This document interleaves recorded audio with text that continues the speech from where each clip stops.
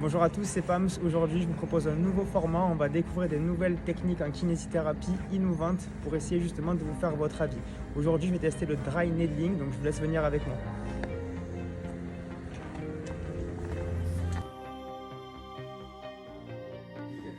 Du coup, comment ça fonctionne alors le dry needling? Est-ce que tu peux nous expliquer un petit peu, juste en vulgarisant pour les gens qui nous écoutent? Ouais, du coup, le dry needling, ça va être, les indications, ça va être pour toutes les douleurs myofaciales, toutes les contractures musculaires que peuvent avoir les patients.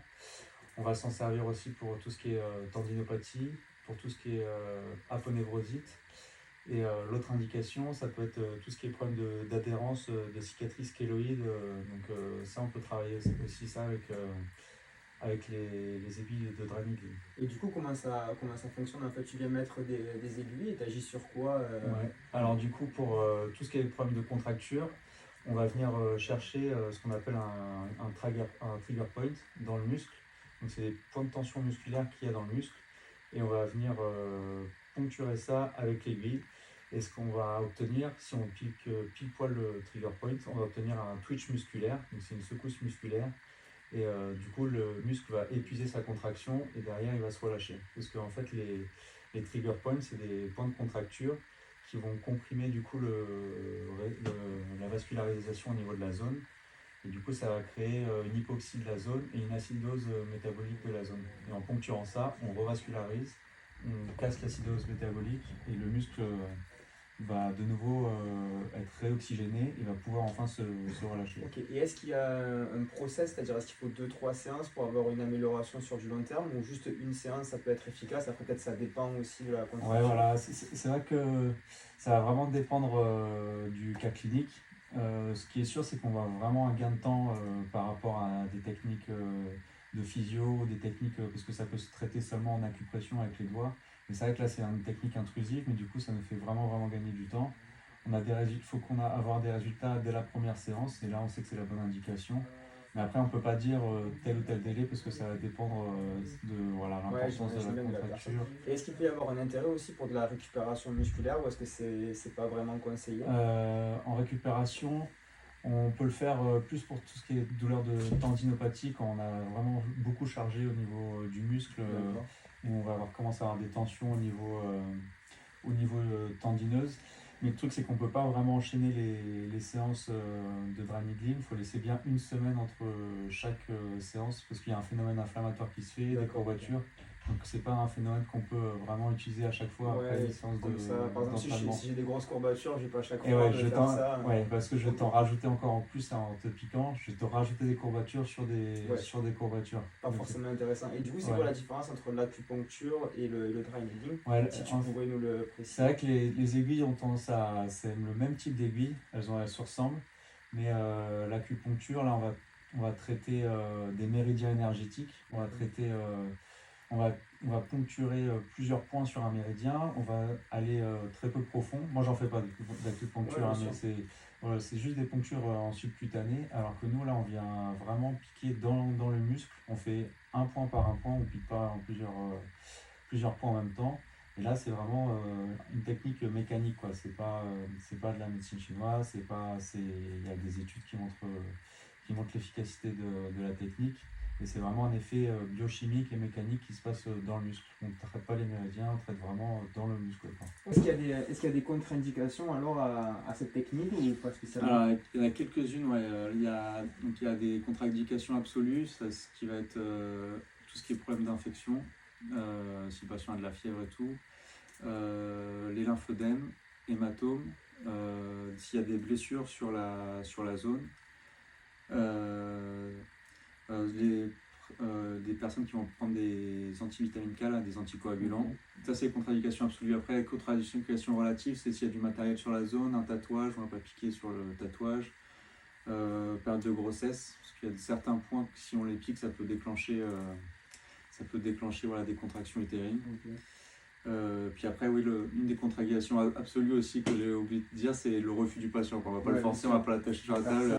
Est-ce qu'il y a des pathologies sur lesquelles vraiment tu trouves que c'est hyper efficace plus que d'autres? Genre vraiment, tu as une pathologie clé sur laquelle tu sais que ça fonctionne. Après, ça dépend bien sûr des patients, mais est-ce qu'il y a vraiment 2-3 pathos que tu peux vraiment conseiller? Ouais, je trouve Sur tout ce qui est épicondylite, on va quand même gagner vachement de temps. C'est des trucs qu'on a du mal à traiter sans souvent, ça, qui mettent un peu de temps à partir. Et là, c'est vrai qu'on arrive vraiment à bien libérer les tensions de l'avant-bras. Et puis, après, les deux autres, ce que je vais poncturer le plus souvent, voilà, ça va être les coudes. Et après, ça va être tout ce qui est zone de trapèze, les gens qui ont posture au bureau, qui ont des tensions au niveau des trapèzes. Trapèze, et puis après, tout ce qui est au niveau de la ceinture iliaque aussi. Là. Tous les gens qui ont des fausses sciatiques à cause de contractures du piriforme, des grands fessiers, moins fessiers, ça pareil, ça réagit bien à la poncture. Ouais. Ok, et après, comment tu organises ça derrière dans ta rééducation? Est-ce que tu conseilles après quand même de faire du renforcement? Comment tu mets ça en place? Après, tu fais une période de repos après la séance et après tu enchaînes? Comment tu le conseilles? Ouais, ça, quand je fais des séances de dry, en général, je fais quasiment que ça de la séance. Ça peut être couplé un peu avec de la physio pour, par exemple, de la TCAR pour chauffer, pour encore plus vasculariser la zone et encore favoriser plus cette oxygénation. Et derrière, par contre, il y a 1 ou 2 jours, il y a vraiment pas mal de courbatures, donc on va laisser plutôt au repos derrière. Et je vais leur dire de ne pas aller se faire une grosse séance de renfort ou plus de l'aérobie pour vasculariser encore la zone, pour drainer un peu l'œdème, parce qu'il y a une petite réaction inflammatoire. Pour faciliter le drainage, mais voilà, rien de plus. Quoi. Bah, nickel, je pense que ça a été complet, ça va être à moi de tester maintenant, ça y est, c'est parti, on va essayer. Bon courage.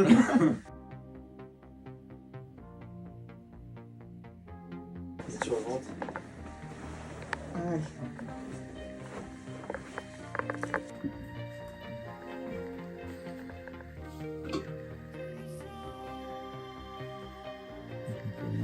On va piquer, on inspire. Et on peut-être.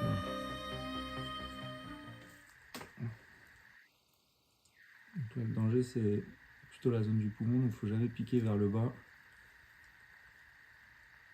Là pour l'instant, j'ai rien senti. Hein. Ouais, pour l'instant, ça va.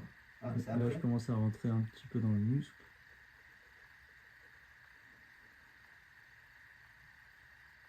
Toujours rien. Ah là, je sens. T'as vu? Il y a une contraction, on l'a vu jusqu'ici. J'ai senti là. Et après, on essaye d'avoir au moins 3-4 Twitch sur la. Et on sait qu'on a été efficace là encore, on en a eu un autre. En fait, c'est juste que c'est étrange, c'est pas douloureux, c'est juste étrange.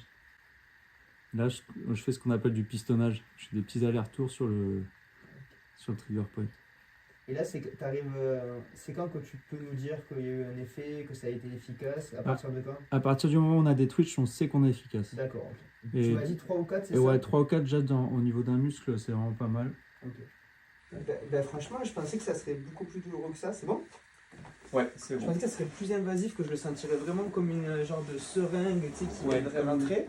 Et en fait, c'est juste la contraction qui est un peu étrange, même pas douloureuse, c'est juste ça fait un sentiment de spasme en fait musculaire et c'est franchement non, c'est pas très douloureux. Et là, on vient de finir la séance. Qu'est-ce que tu me conseillerais de faire pour essayer justement d'avoir la meilleure efficacité possible au niveau du traitement? Ouais, là, ce qui peut être bien maintenant, c'est de vasculariser, de faire de la mobilisation, un peu d'épaule de ton trapèze là, pour drainer l'œdème, la réaction inflammatoire qu'on a derrière, donc pour permettre de drainer l'œdème et que ça soit un peu moins douloureux du coup dans les prochaines heures et dans les 48 heures qui suivent. Et faire de la mobilisation, donc après ça peut être des sports un peu d'aérobie, mais pas en force, pas des sollicitations qui vont créer des courbatures. Du coup, je pourrais presque me masser aussi tout seul. Ouais, voilà, pour drainer, exactement. Ouais, tout ce qui est massage, voilà, pas des ventouses où ça va vraiment amener du sang sur la zone, mais tout ce qui est massage, mobilisation, du rameur, ça peut être aller nager, tout ça peut être, ça va être bien, ça va pas de contre-indication aux impacts, pas de course à pied, choses comme ça, il n'y a pas de souci. Ouais, aucun problème. Plus des sports de contact par contre, genre tout ce qui est trop impact et tout, ça risque d'aggraver les symptômes dans les 48 heures. Et pour les gens qui voudraient se faire piquer alors et tester le dry, et où c'est qu'on peut te rejoindre? Ouais, s'il y a des volontaires, c'est Loïc Levlenec et on travaille sur la zone des 1000 à Aix-en-Provence. Ok, et est-ce que tu as un Instagram à partager? Ouais, sinon vous pouvez me retrouver sur Insta, c'est Loïc Casport. Ok, nickel. Bah, écoute, pour les gens qui veulent tester le dry, franchement c'était une expérience sympa. Donc n'hésitez pas à mettre vos commentaires du coup et je mettrai tout dans la vidéo de façon à ce que vous puissiez le retrouver.